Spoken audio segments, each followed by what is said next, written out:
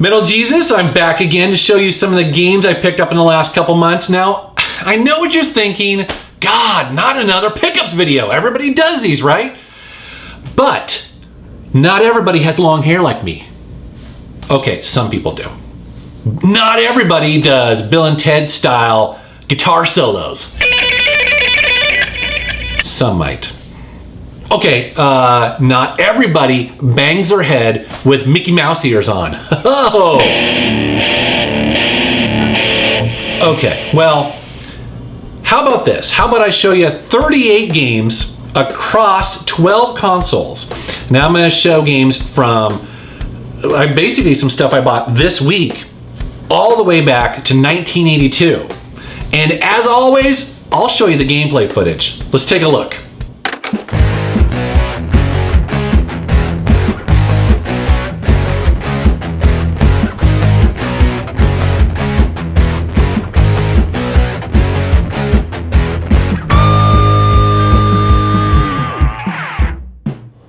So I think I'll start off with my newest game. Now, if you know me, you know that I am a huge snowboarding SSX fan. And this week I picked up the brand new one, the reboot, simply called SSX. This is by EA, and I've been really looking forward to this game. Played it a little bit, and I would say overall I'm really liking it. The thing is, though, it's a little bit more simulation than some of my favorites in the series. And just so you know, my favorites are, of course, SSX Tricky and SSX 3. And you know, this is a reboot. The graphics are beautiful. I'm really digging the levels. The controls, I'm not exactly sure about. So happy to have it, though. I'm at least excited that EA is going back and looking at the SSX series. Next up for my 360, I picked up a shooter I've been looking forward to for a while, and that is Raiden 4. Love me some Raiden, and I was really excited to get an updated modern version of this. Now, I don't know if it's based on an arcade game or what, but it looks beautiful. A lot of fun to play. Love me some shoot 'em ups, and Raiden 4 is awesome. For my turbo-grafx, I've been slowly adding some games here and there, and my wife, for my birthday, got me Ordyne. This is a really cool shoot 'em up, and I'm enjoying this quite a bit. Great graphics. Love this hue card. I'm still in awe about these TurboGrafx hue cards. They're so killer. Also for the TurboGrafx, I picked up a game called Alien Crush. This is I guess it's kind of like a horror-based pinball game, and this was brand new, sealed when I got it. So I'm the first person to play it, and it's really cool when you get a sealed copy of a game that was released in 1989. So awesome to own this. I've played quite a bit of it, and I just think it's fantastic. On the Nintendo 64, I added just one game this month, but it's a game I've been looking for quite a while, and that is called Mischief Makers by the developer Treasure. And this game has a pretty hardcore following. I'd never played it before, but I was really looking forward to it, and it is really wild. I still don't know if I have my head wrapped around exactly how to play this game, but it's definitely, it just feels really unique and interesting, and I'm always looking forward to getting new games for my Nintendo 64. It's cool to have. On the Super Nintendo, I finally added a game I've been looking for quite a while. It's not exactly rare, but it can be hard to find because people don't seem to part with it very often. That's a game called Plock. Another platformer that's kind of weird and interesting, but again, I'd heard so many good things about this that I just had to have a copy of it, and finally found one for a decent price and added it to my collection. For the Sega Master System, I added a game this month. This is a game I'd heard a lot of good things about. Wonder Boy 3, The Dragon's Trap. Played some of this, and I was definitely impressed. It's another cool platformer. Old 8-bit, old school platformer. And I believe this only came out on the Master System, and it's cool to own this. Jumping ahead to the Xbox, the original Xbox, I added some really interesting and weird games. And this has to be one of the weirdest games I own. Jaws Unleashed. Now, if you haven't heard of this game, it's pretty wild, and it can be kind of hard to find because you play the game as Jaws, and it's almost like a shark arcade game. It's so interesting and actually surprisingly fun. It's not an amazing game, but it is surprisingly fun to play as Jaws, biting into people. It's really weird though, because like in the very beginning of the game, Jaws has to open a gate because he's stuck in this pen, and he literally has to attack a shark to get its key card to scan it to open the door. So it's kind of silly, but it's a lot of fun. An Xbox game I picked up on the cheap is called Greg Hastings Tournament Paintball. Picked this up fairly cheap, and this is the kind of game I think me and Drunken Master Paul will probably have a lot of fun playing. And actually, it got good reviews, and so for a cheap kind of, you know, dollar game, I just couldn't pass it up. So I think in the future, Drunken Master Paul and I will be playing this one sitting on the couch. Now here's a survival horror game that I wanted to pick up for the original Xbox called Cold Fear. And I played a little bit of this, and it's got a bit of a cult following. From what I can tell, I don't think it's a great game, but I really do like survival horror games, and I thought I'd give it a shot. The graphics look amazing in it, and it seems like it controls really well. One of the really weird things about the game, and I don't know if it happens all the time, but it takes place on a ship at sea in rough water. And one of the really weird things about this game is that the levels are constantly rocking back and forth to the water. So I could see getting potentially seasick on this, playing this game, so, or getting a little bit dizzy or queasy playing it. So I don't know. I don't know if it's any good or not. So, but it was cheap and cool to own. Next up is an original Xbox game I was curious about called Galleon, and this is by the original makers of Tomb Raider. And I haven't played this yet, and I don't know if it's any good or not, but it's just different enough that I wanted to give it a shot. Atlas looks like they published it, so who knows? Could be interesting, could be crap. You never know. I picked up some games for the PlayStation 2, one of my all-time favorite consoles, including a racing game that Jason Heine of the All Gen Gamers recommended a lot of people get, and I'm glad I did, and that is called Micro Machines V4. And I don't have a lot of experience playing the Micro Machine games, but this game is a hell of a lot of fun, and I was really surprised. I actually played it for hours and hours and hours, really got into it. It's really well made, so I don't know how all the other ones are, but this one I enjoyed quite a bit. Next up on the PlayStation 2 is a shooter called R-Type Final. Been looking forward to this for quite a while. Played a little bit of it, and it's tough as hell, but it looks beautiful, and I've been really enjoying this. Can't wait to play it some more. I love me some shooters. And then finally, I don't know why I added this game, because I think it's probably crap, but who knows. But I've been in the mood for snowboarding games, and before the new SSX came out, I wanted another one I hadn't played. And many of you will recognize this game. I think it's probably crap, but it's Dark Summit. And the weird thing about this game is that it's an extreme snowboarding game, but it takes place in an area that is infested with aliens. So it's got this really weird, like, I don't know, like Area 51 kind of feel to it. So I only played a little bit of it, and you know, I don't know enough about it yet to make a judgment, but I have a feeling it's probably not that good. I added a couple original NES games, including Ninja Gaiden. Found a copy of this at a garage sale, and I haven't played much of it yet, but I heard that it'll make me cry. It's so tough. So we'll have to give this game a shot, and hopefully I won't get too frustrated, but I know it's a classic, so it was fun to add. Another classic on the NES is the original Mike Tyson's Punch-Out!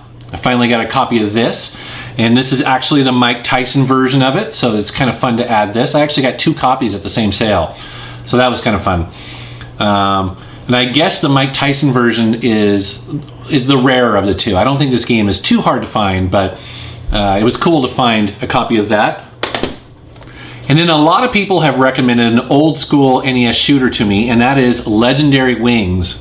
Finally found a copy of this, have been playing this for a while now, and this is a lot of fun. I can see why people thought that I should get a copy of this, because it seems like a really high quality shooter, so cool to add that to my NES collection. All right, and next I want to show you what my wife got me for Christmas. And I know it's been a little bit of time, but I haven't shown it off yet. And that is the iCade for the Apple iPad. And this thing is fantastic. It basically has 8 physical buttons plus a real joystick. And for games that support it, this thing is awesome. It changes the games. It really, you know, for arcade games that are like platformers and stuff like that, this just changes it completely. I love this thing. I actually play it quite a bit, so very happy to get this in my collection. It looks and plays great. Very fun. Now, a fan of my channel offered to donate some Atari 2600 games to me, and well, who am I to turn that down, because I love me some old school Atari. And his name is Retromancer, and he donated 2 games to me. One of them is Desert Falcon, and I believe this is a late release. Yeah, it says 1987. And I didn't own this game, and this is actually a surprisingly well-made game. Now, it doesn't look very good, and that's kind of typical for a lot of original Atari games, but the gameplay is there. This is actually a lot of fun. And then finally, he donated to me, I didn't own this either, the original Joust on the Atari 2600. And this is a fantastic port. This actually plays really well and is a lot of fun. So thank you very much for donating this to me. I really appreciate it. On the PlayStation 1, I added a couple games, including Kix Neo. Now, I remember playing the original, I think on my Commodore 64 or something like that. And I used to love that old game. And I heard that there was a kind of update or remake on the PlayStation 1, and so that's what this is. Great graphics, hard as hell. I didn't get very far in my first playthrough, but yeah, it looks really cool. I'm glad to own that. And then I added a game that is kind of rare or maybe hard to find, and that is Ghost in the Shell on the PlayStation 1. Now, I haven't put a bunch of time into this, but I did play it a little bit, and it's pretty cool. It looks like that there's over 10 minutes of original theater quality animation that they've added to this game alone. So I'm a huge Ghost in the Shell fan.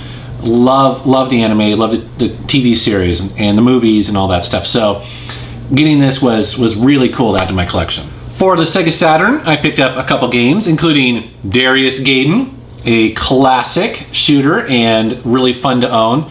Beautiful condition case here. This is just a really great game. Love the music, love the graphics, lots of fun. And then also on the Saturn, I picked up a game, although it's kind of beat up, but it's Astal. I hope I'm pronouncing that correctly. This is a 2D platforming game. It looks fantastic on the Sega Saturn. I play this game and I'm like, wow, the Saturn was able to do these kind of graphics so well. This is a really cool game. I can't wait to play this more because this just seems like it's awesome. On the Sega Genesis, I added a couple games, including Fantastic Dizzy. Now, I don't know much about this series other than I think it's pretty popular in Europe.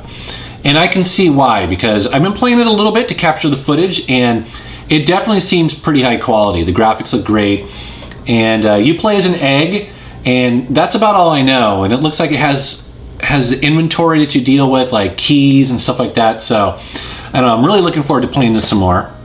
Now, the Sega Genesis for me has turned into probably one of my favorite consoles for shoot 'em ups, and I picked up 3 of them for the system, including Fire Shark. This is a fantastic arcade game, and this port seems pretty decent. I actually played it for quite a bit. I was pleasantly surprised, so I have Fire Shark in my collection. I picked up another classic, Thunder Force 3. This game has excellent graphics. It seems like a lot of fun. Stuff blows up real good, so that's always a plus for me. And then a lot of people have been recommending me get a game for the Sega Genesis called Hellfire. Finally found a copy of this. It's a little beat up, but the game plays excellent, and I've been having a lot of fun with Hellfire on the Genesis. And then finally, I want to show you a console that I added in my collection. It's pretty old, and I had never played this until just a couple weeks ago, and that is the Mattel Intellivision. And I got this from an owner that had kept it in his basement all of these years in great condition. The console itself is a little flaky. Some games it plays really well, some of them not so well, so I think it needs a good cleaning. It's just old, but it's really well taken care of. And it's complete in the box. And he also included a bunch of games also in the box. And the Intellivision's pretty cool. So here's a game called Night Stalker. I'm just gonna quickly go through these. Space Hawk. Here's Drunken Master Paul's favorite. I guess he used to have this as a kid. Sea Battle. And inside of these, there's the cartridge, but there's also these overlays that fit on the controls. And so a lot of consoles in the early 80s did that. And it's got the manuals and everything. Everything's in excellent condition. Here's Las Vegas Poker and Blackjack. We got a game called Lock and Chase. There's a tennis game, of course. Every console back then had a tennis game. Star Strike is another one. Space Armada. Skiing. And then what I'm really interested in is Advanced Dungeons and Dragons. So don't know much about any of these. Like I said, I had never played an Intellivision. So it'll be cool to do that. And then also I was out and about and I saw a copy of Astro Smash, which a lot of people recommend. So I picked this up at a local retro gaming store. So I now have an Intellivision and a whole new console to collect for. So like I need another console to collect for, but you know, the nice thing is that for the most part, Intellivision games are pretty cheap. So you can find them in lots of places and often they're complete in the box. So it's actually a pretty good one to collect for. All right, well, that's a look at some of the games I picked up in the last couple months. I'd love to know what you guys think. And if you've played some of these games and you're like, dude, you gotta play that one first, I'd love to know. And as always, I wanna thank you for watching my channel and thank you for subscribing. Take care.